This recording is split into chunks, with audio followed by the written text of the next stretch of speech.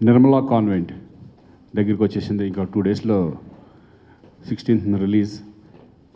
మేమంతా waiting audience response గురించి. First of all Nagarjuna గారికి, నిమ్మగడ్డ ప్రసాద్ గారికి, అలాగే జీకే గారికి నేను థ్యాంక్స్ చెప్పుకోవాలి.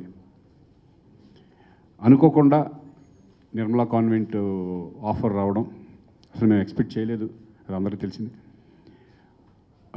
అప్పుడే ఇంట్రడ్యూస్ చేయకూడదు అనుకున్నాం మేమైతే, బట్ సబ్జెక్ట్ చాలా బాగుంది. అలాగే నాగార్జున గారు ప్రొడ్యూసర్, నిమ్మగడ్డ ప్రసాద్ గారు ప్రొడ్యూసర్, ఇంతకంటే మంచి డెబ్యూ రాదు.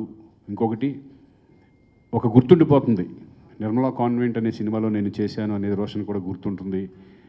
ఆయనకి ఎక్స్పీరియన్స్ మామూలుగా అయితే మేము తర్వాత ఇట్లా చేయాలి ఎలా చేయాలి మేము చెప్పేదానికంటే నెక్స్ట్ ఆయన ఎలా వెళ్ళాలి, ఏం చేయాలి, సినిమాకి ఏం కావాలి, ఎలా ఉండాలి అనేది డెఫినెట్గా నేను అనుకుంటున్నాను. నిర్మలా కాన్వెంట్ సినిమా ఎక్స్పీరియన్స్తో డెఫినెట్గా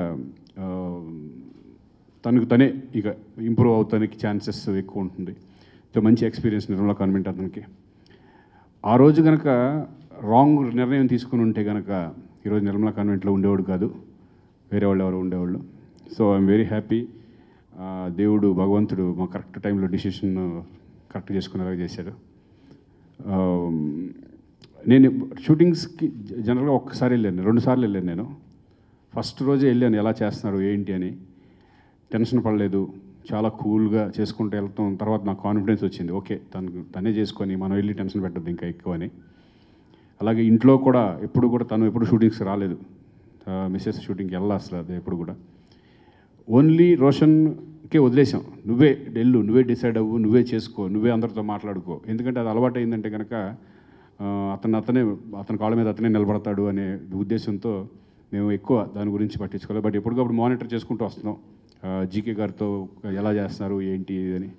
సో చాలా బాగుంది సినిమా. ఫైనల్ రిజల్ట్ నేను ఇంకా చూడలేదు, బట్ చూసిన వాళ్ళందరూ చెప్పారు చాలా బాగుంది సినిమా, ఎక్స్ట్రాడినరీ మూవీ అవుతుందని మన మీద డెఫినెట్గా కాన్ఫిడెన్స్. అలాగే రోషన్కి మంచి పేరు వస్తుందని నమ్మకం మాకు అందరికీ ఉంది.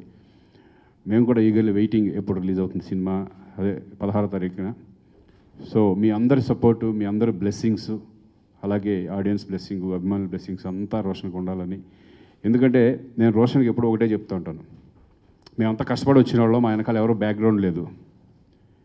నీకు బ్యాక్గ్రౌండ్ ఉంది ఆల్రెడీ, దాన్ని ఇంకా నువ్వు నిలబెట్టుకుని ఇంకా పైకి వెళ్ళి నాకంటే మంచి పొజిషన్కి డెఫినెట్గా వెళ్తాడు, 100% గ్యారంటీగా. దాన్ని నిలబెట్టుకొని హార్డ్ వర్క్ అనేది చాలా ఇంపార్టెంట్, హార్డ్ వర్క్ చేసుకుంటూ ఇంకా ముందుకెళ్ళాలి అని నేను రోషన్కి ఎప్పుడు చెప్తూ ఉంటాను. సో అతను కూడా అంతే డెడికేటెడ్గా చేయడం నాకు చాలా హ్యాపీగా ఉంది. ఇలాగే ముందుకెళ్ళాలి, మీ అందరి సపోర్టు కావాలి డెఫినెట్గా అని చెప్పేసి హంబుల్గా ఎప్పుడు ఎవరికి నేను ఒకటే చెప్తూ ఉంటాను, ఎప్పుడు డౌన్ టు ఎర్త్ పర్సన్ లాగానే ఉండు. మనం ఎంత పెద్ద అయినా సరే ఒదిగుండాలి మనం అనేదే నేను చెప్తూ ఉంటాను. సో అలాగే ఉంటాడని నేను అనుకుంటున్నాను, ఎప్పటికప్పుడు గుర్తు చేస్తాం అది మాత్రం మేము. All the best Roshan. Nirmala convent release అవుతుంది, ఈగర్లీ వెయిటింగ్. నీకంటే నాకు ఎక్కువ టెన్షన్ ఉందేమో నాకు తెలియట్లేదు, నీకుందో లేదో. సో మీ అందరి సపోర్ట్ కావాలి. Thank you very much. ఫస్ట్లో లేదండి, ఫస్ట్ ఏంటంటే నేను క్రికెట్ అంటే ఇంట్రెస్ట్ కదా, క్రికెట్ అని చేద్దాం అనుకున్నాను. అది కలగన్నాను. ఫిఫ్త్ ఇయర్ నుంచే నేను క్రికెట్లో కోచింగ్ పెట్టడం అన్నీ జరిగింది, 5 years అయినప్పటి నుంచి. బట్ చేశాడు కానీ మనకు కష్టం అనిపించింది, ఎందుకంటే మేము దానికి సపోర్ట్, మేము ఎప్పుడు తిరుగుతూ ఉండాలి. పొద్దున్న 5ంటికి లేచి వెళ్ళి తీసుకెళ్ళి కొడుకుల్ని అలా చేస్తేనే క్రికెట్ రావగలరు అనేది వచ్చేసింది. స్టేట్కి కూడా సెలెక్ట్ అయ్యే టైంలో ఎందుకో తనకే ఆటోమేటిక్గా సినిమాల మీద ఇంట్రెస్ట్ రావడం. రుద్రమాదేవి అనే సినిమాలో ఫస్ట్ రానా చిన్నప్పుడు క్యారెక్టర్ చేయడం, అది ఎక్స్పీరియన్స్ అతనికి. ఎందుకంటే సినిమా మీద ఇంకా నేను సినిమా చేయాలి అనే ఒక ఆలోచన రావడం, అలా వచ్చి అనుకోకుండా జరిగింది అది. బట్ ఇప్పుడు అనుకోలేదు మేము, నెక్స్ట్ అయినా సరే హీరోగానే చేస్తాడనేసి డిసైడ్ అయిపోయాడు. ఈ నిర్మలా కాన్వెంట్లో అవకాశం వచ్చింది.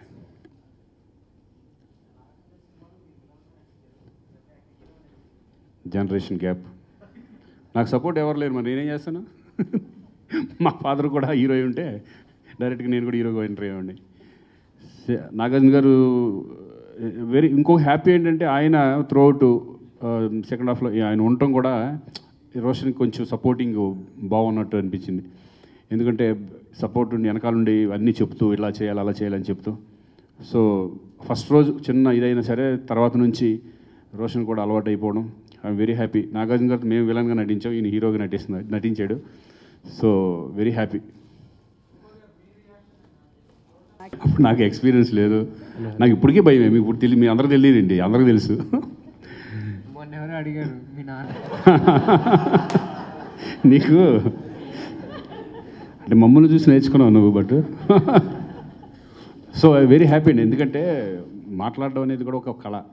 మైక్ ముందు మాట్లాడడం నేను ఇప్పుడు కొంచెం అప్పుడు పర్వాలేదు, కానీ బిగినింగ్లో అసలు మాట్లాడేవాడు కదా, మీ అందరికీ తెలిసింది అది. మైక్ చూస్తే వీళ్ళందరూ మీరందరూ అడిగేవాళ్ళు, చాలామంది అడిగేవాళ్ళు, మీ అందరికీ తెలుసు. బట్ పారిపోయేవాడిని. బట్ రోషన్ ఏంటంటే ఆ స్టబర్నిటీ ఉండటం, నీట్గా మాట్లాడడం అన్నీ కూడా నేనే ఎక్స్పెక్ట్ చేయలేదు అసలు ఇట్లా మాట్లాడతాడని. ఎందుకంటే ఇంట్లో కూడా చాలా తక్కువ మాట్లాడేవాడు. స్టేజ్ మీద బట్ నేను కూడా చిన్న ఎమోషనల్ ఫీల్ అయ్యాను మొన్న. ఎందుకంటే ఎప్పుడు తల్లిదండ్రుల్ని గౌరవించాలి, తల్లిదండ్రులు తలెత్తుకునేలాగా ఉండాలి అనే మాటలో చాలా పెద్ద ఒక రకంగా అట్లా చెప్పాడంటే డెఫినెట్గా ప్రతి ఒక్కళ్ళు అంటే రోషన్ అనే కాకుండా ప్రతి పిల్లలు కూడా ఒక తల్లిదండ్రుల్ని గౌరవించడం అనేది మంచిది అనేది పాయింట్ మాత్రం చాలా ఎక్స్ట్రాడినరీగా ఉండి, కొంచెం చిన్న ఓహో ఇతను కూడా కొంచెం సెంటిమెంట్స్ ఉన్నాయి, పెద్దల పట్ల గౌరవం ఉంటుంది అనే ఫీలింగ్ మాత్రం 100% కలిగి, అందుకే కొంచెం కళ్ళ నీళ్ళు అలా వచ్చినాయి. ఆనందపరచలేదు. నేను మూవీ ఇంకా చూడలేదు, ఈరోజు చూస్తున్నాను. బట్ ఆల్మోస్ట్ అంటే ఫైనల్ కాపీ చూడాలి నేను. డెఫినెట్గా హోప్ మీరే చూస్తారుగా ఎట్లా ఉంటున్నారు. డెఫినెట్గా మాకైతే ఫుల్ కాన్ఫిడెన్స్ ఉంది సినిమా మీద. Eagerly waiting.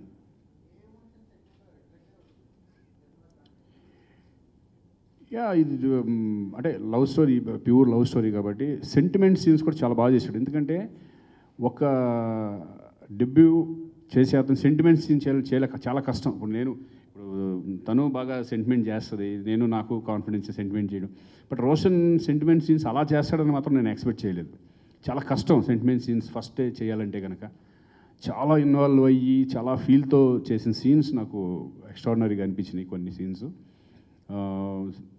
సో అన్నీ ఇటు లవ్ సీన్స్ కానీ, కొంచెం చిన్న ఎంటర్టైన్మెంట్ సీన్స్ కానీ, ఇవన్నీ కూడా చాలా బాగా చేశాడు అనుకుంటున్నాను నేను.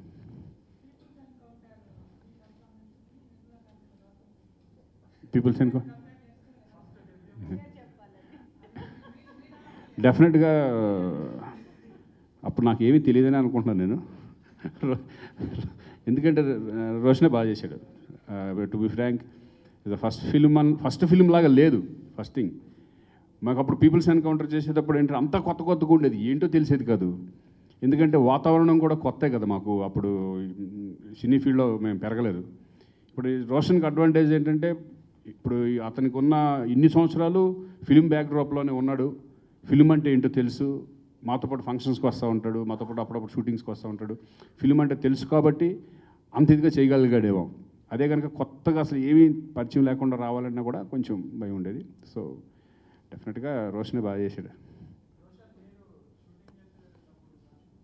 సంస్థలో ఒకటి చెయ్యాలి అన్నప్పుడు మనం చాలా అదృష్టంగా అనుకుని ఇంకా అసలు సరే అని ఒప్పుకోవటం జరిగిందనమాట.